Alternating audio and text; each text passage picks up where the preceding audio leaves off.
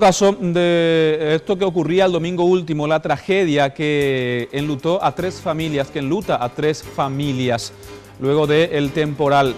En la zona de Ñemby específicamente, 2 fallecidos.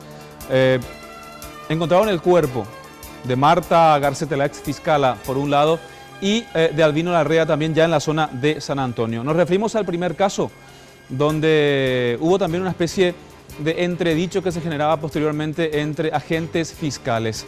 La encontraron y se confirma que falleció ahogada.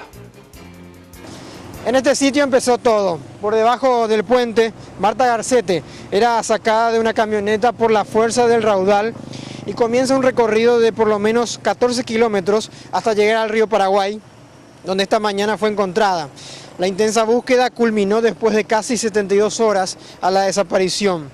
El cuerpo sin vida, ya inflado y con inicio de descomposición, fue detectado en medio de una cuneta del puerto Concrete Mix en San Antonio. Comunicaron de la Marina que hubo un avistamiento, ¿verdad? Por parte de un trabajador de una de los puertos de aquí, ¿verdad? Y se dio aviso a la Marina que estaban también trabajando en su momento y luego de ello hicieron comunicación al Ministerio Público y por supuesto nos constituimos en el lugar con los especialistas, ¿verdad?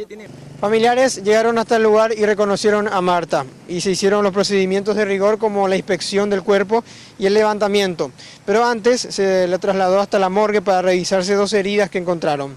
La hermana Rosa dijo que Marta no tenía hijos, que tuvo una destacada labor como fiscal y no descartan ahora accionar judicialmente contra las autoridades por no poner medidas de seguridad en el arroyo como un muro y también carteles antes del accidente fatal.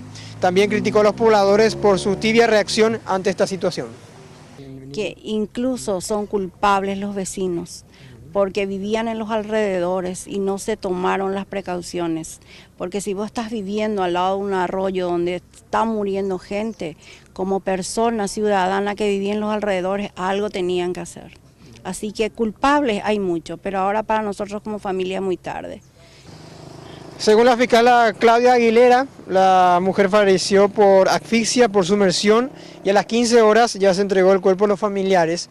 En un momento dado en la mañana apareció en el lugar la fiscal de San Antonio, María José Pérez, quien frente a todos se quejó con vehemencia, retrasando el proceso, porque según dijo, ella debía haber intervenido desde un principio y no la avisaron.